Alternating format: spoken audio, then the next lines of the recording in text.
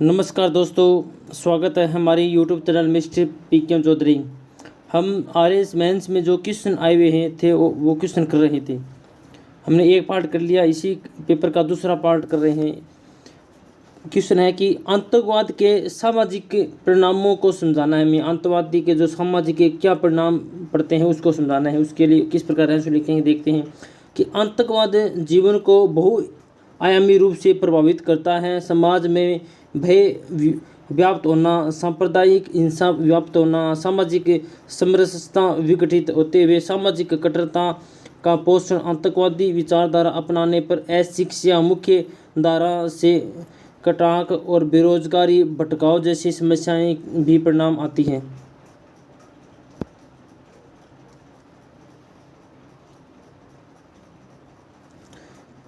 अब क्वेश्चन देखते हैं जी। 15 शब्दों में उत्तर देना है, प्रत्येक का 2 अंकों का होगा। पहला क्वेश्चन, बारापण से क्या आशय? किसी विशिष्ट पद से संबंधित कार्य, अधिकारी या उत्तरदायित्व उच्चस्थ द्वारा अधीनस्थ को दिए जाने वाला प्रत्यायोजन है। इसमें अंतिम उत्तरदायित्व का प्रयोजन नहीं होता है। ये कार्य कुशलता निष्पादन में सहायक होता है।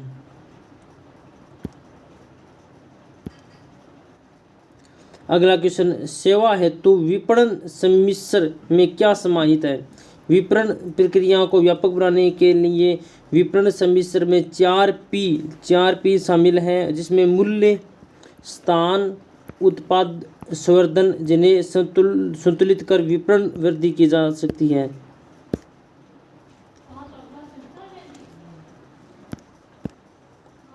अगला क्वेश्चन, एक कंपनी की पूंजी संरचना क्या है?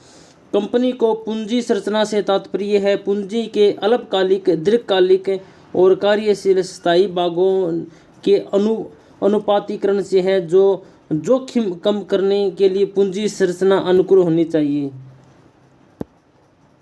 अगला क्वेश्चन देखते हैं, भर्ती या चयन में क्या अंतर होता है?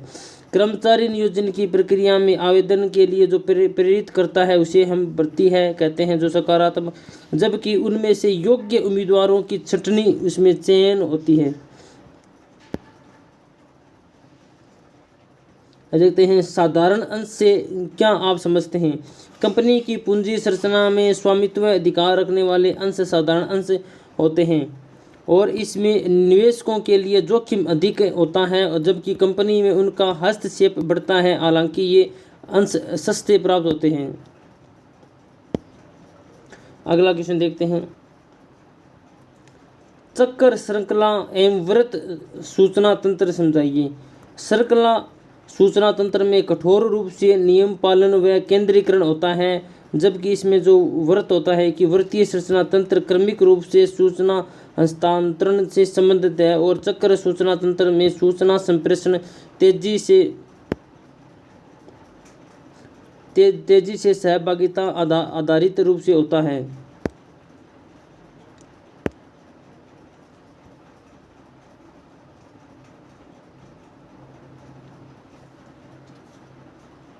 अगला क्वेश्चन, वित्तीय वितरण विश्लेषण में 2 उद्देश्य लिखिए।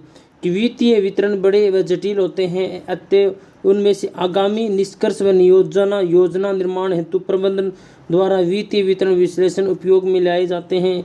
ये व्यवसाय की स्थिति की जानकारी देते हैं, जो निवेशकों, क्रेता विक्रेताओं के लिए लाभप्रद होती है। अगला, शुद्ध कार्यशील पूंजी से आप क्या समझते हैं? कुल कार्यशील पूंजी में से चालू दायित्व घटाने पर प्राप्त पूंजी शुद्ध कार्यशील पूंजी कहलाती है, जो व्यवसाय के दैनिक संचालन में महत्वपूर्ण भूमिका निभाती है और माल भाड़ा, किराया, दैनिक व्यय के लिए इसका उपयोग करते हैं। अगला क्वेश्चन, सामाजिक लेखांकन को परिभाषित कीजिए। कि उद्योग व्यवसाय द्वारा समाज को समर्पित लाभ, मानव नियोजित सेवा उत्पाद के साथ साथ व्यवसाय द्वारा समाज को क्षति, पर्यावरण व कच्चा माल आदि का लेखांकन सामाजिक लेखांकन कहलाता है। अगला क्वेश्चन देखते हैं, उत्तरदायित्व लेखांकन की 2 सीमाएं लिखिए। उत्तरदायित्व केंद्रों के निर्धारण में समय व धन का अपव्यय है। उत्तरदायित्व निर्धारण के बाद समूह भावना खत्म हो जाती है और वे व्यवसाय व कर्मी आंकड़ों से प्रभावित होते हैं। अब देखते हैं इनमें से जो ये तो इसमें 0 नंबर मिला ये।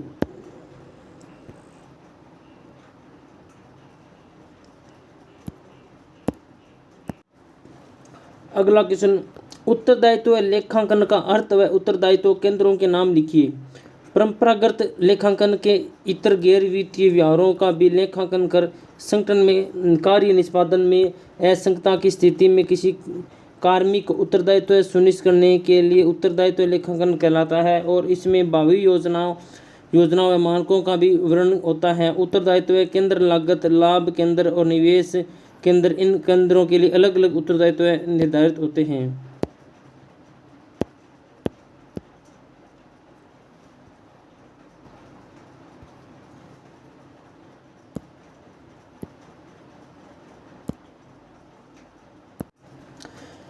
अब हम प्रदर्शन व जो ललित कलाएं के बारे में जानते हैं। यह प्रदर्शन जो कि लोक नाट्य प्लस जिसमें लीलाएं की जाती है, इसमें चित्रकला भी पेश की जाती है और प्रसिद्ध इसमें वस्तु पेश का प्रदर्शन। पहला क्वेश्चन देखते हैं कि इस प्रकार क्वेश्चन पूछता है कि कुचामनी जो ख्याल ये क्या है, इसको 15 शब्दों में उसके आंसर देने। ये कुचामनी ख्याल जो कि यह एक लोक नाट्य है कि एक लोकप्रिय विधा है जो कुचामन नागौर में लोकप्रिय है। इसके प्रवर्तक लच्छी राम जी तथा इसके कलाकार उगम राम जी हैं। इसमें जो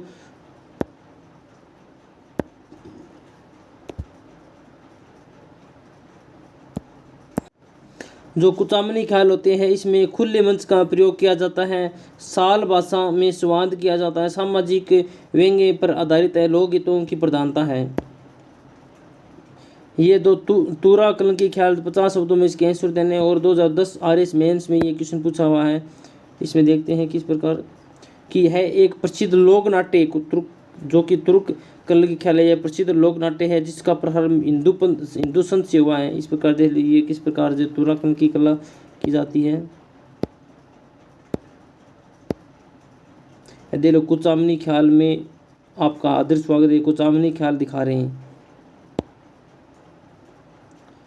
अब एक तुकनगीर व मुस्लिम संत शाह अली द्वारा लगभग 400 वर्ष पूरे किया गया था। इसमें तूरा का मतलब सी होता है। वह कल की पार्वती के 2 दल होते हैं जो क्रम से भगवा हरे रंग का प्रयोग करते हैं। इसमें प्रसिद्ध कला का इस जो तूरा कलंकी के जो प्रसिद्ध कलाकार एक तो जयदयाल सोनी व अमीर बेग हैं। इसके प्रमुख विशेषताएं कौन कौन सी हैं वो देखते हैं। इसकी विशेषताओं में यह है गैर व्यवसायिक इसकी प्रकृति होती है और मंच की इसकी सर्वाधिक सजावट की जाती है। ये देख लो तूरा कलन की बनी गंगा जमुनी तहजीब की निशानी तूरा कलन की दिखाई जा रही है।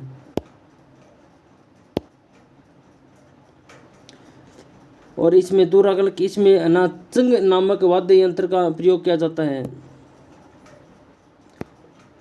अब देखते हैं रासदारी ख्याल क्या है। रासदारी ख्याल को रासलीला भी कहते हैं और इसका तात्पर्य है भगवान कृष्ण के जीवन पर आधारित इसमें कथा का वर्णन किया जाता है। और मान्यता है कि इसमें रासदारी ख्याल के इसमें 4 मंचन प्रारंभ मेवाड़ के जो मोतीलाल जाट द्वारा इसको प्रारंभ किया गया और किंतु इसके प्रवर्तक वल्लभाचार्य को माना जाता है। ये रासलीला देख लो, ये कृष्ण भगवान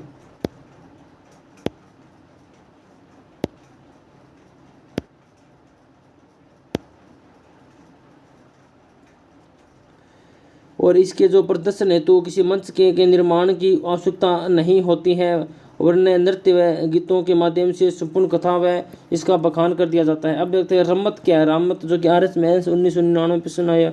रम्मत पश्चिमी राजस्थान की एक महत्वपूर्ण लोक नाट्य विधा है। रम्मत लोक नाट्य विधा है जो बीकानेर में लोकप्रिय है और इसका शाब्दिक अर्थ है खेल। रम्मत का शाब्दिक अर्थ होता है खेल और तथा इसे खेलने वाले खिलाड़ इसमें जो खिलाड़ कहलाते हैं। इसमें लोक नाट्यों महापुरुष वादियों के साथ समसामयिक विषयों पर काव्यात्मक और व्यंग्यात्मक मंचन किया जाता है और यह विषय मनोरंजन के साथ साथ शिक्षाप्रद भी है। ये रम्मत में नगाड़ा, ढोल और आदि वाद्य यंत्र का प्रयोग किया जाता है। बीकानेर की रम्मत संस्कृति को पाटा संस्कृति कहा जाता है और यहाँ अमर सिंह राठौड़ की रम्मत प्रसिद्ध है। और अन्य प्रसिद्ध रमत जो कि हेडाओ की मेरी रमत, ये रमत खेली जा रही है। अब देखते हैं नोट की यह राजस्थान के भरतपुर, धौलपुर, करौली, सवाई माधोपुर आदि क्षेत्रों में की जाती है। इसमें नोट की लोक नाट्य लोकप्रिय है। यह उत्तर प्रदेश की जो हाथरस शैली से प्रभावित है और इसमें इसे राजस्थान में लोकप्रिय बनाने का श्रेय भूरीलाल जी भरतपुर को दिया जाता है और गिरिराज प्रसाद प्रसिद्ध इसके नौटंकीबाज हैं। प्रमुख नौटंकियों में जो नल, इसमें दमयंती, लैला, मंजनू, रूप, बसंत, राजा हरिश्चंद्र इसमें प्रसिद्ध है। नौटंकी में 9 प्रकार के वाद्य यंत्रों का प्रयोग किया जाता है। अगला क्वेश्चन, राजस्थानी कला संस्कृति परंपरा विरासत को बढ़ावा व संरक्षण देने के लिए प्रमुख संस्थाएं कौन सी हैं, वो देखते हैं। राजस्थानी कला संस्कृति परंपरा व विरासत को बढ़ावा व संरक्षण देने वाली जो प्रमुख संस्थाएं वो देखते हैं कौन कौन सी संस्थाएं। इसमें पहली संस्था भारतीय लोक कला मंडल देवीलाल साम्बर ने 1952 में उदयपुर में स्थापित कठपुतली कला को बढ़ावा देने के उद्देश्य से इसकी स्थापना की गई और पश्चिमी क्षेत्र सांस्कृतिक केंद्र राजस्थान के कलाकारों को आधिकारिक मंच प्रदान करने के लिए भारत सरकार द्वारा 1986 में उदयपुर में इसकी स्थापना की गई। नगर श्री लोक संस्कृति शोध संस्थान राजस्थान इतिहास कला व संस्कृति भारतीय लोक कला मंडल उदयपुर को बढ़ावा देने के लिए सुबोध कुमार अग्रवाल द्वारा 1964 में चूरू में स्थापित की गई। भारतीय संगीत संस्थान राजस्थान में संगीत शिक्षा के विकास एवं राजस्थान सरकार ने 1950 में जयपुर में राजस्थान संगीत संस्था की स्थापना की गई। राजस्थानी भाषा साहित्य व संस्कृति अकादमी राज्य सरकार व राजस्थानी भाषा व साहित्य के विकास हेतु 1983 में इसकी स्थापना की गई। अब देखते हैं राजस्थानी साहित्य अकादमी राजस्थान सरकार द्वारा राजस्थान साहित्य की उन्नति व प्रचार प्रसार के लिए राजस्थान साहित्य अकादमी की स्थापना 1958 में उदयपुर में की गई और अकादमी द्वारा मीरा पुरस्कार और सुधींद्र पुरस्कार, डॉक्टर राघव पुरस्कार आदि पुरस्कार साहित्य के क्षेत्र में प्रदान किए जाते हैं। अब ललित कलाएं देखते हैं। इसमें फट चित्रण क्या है? कपड़ों पर लोग देवी देवताओं के जीवन का चित्रण करना ही फट चित्रण कहलाता है और शाहपुरा भीलवाड़ा इसका प्रमुख केंद्र है और श्रीलाल जोशी इसके प्रमुख कलाकार हैं। ब्लू पोट्री देखते हैं। चीनी मिट्टी के बर्तनों पर नीले रंग की चित्रकारी करना ब्लू पोट्री कहलाता है और जयपुर का इसका केंद्र है।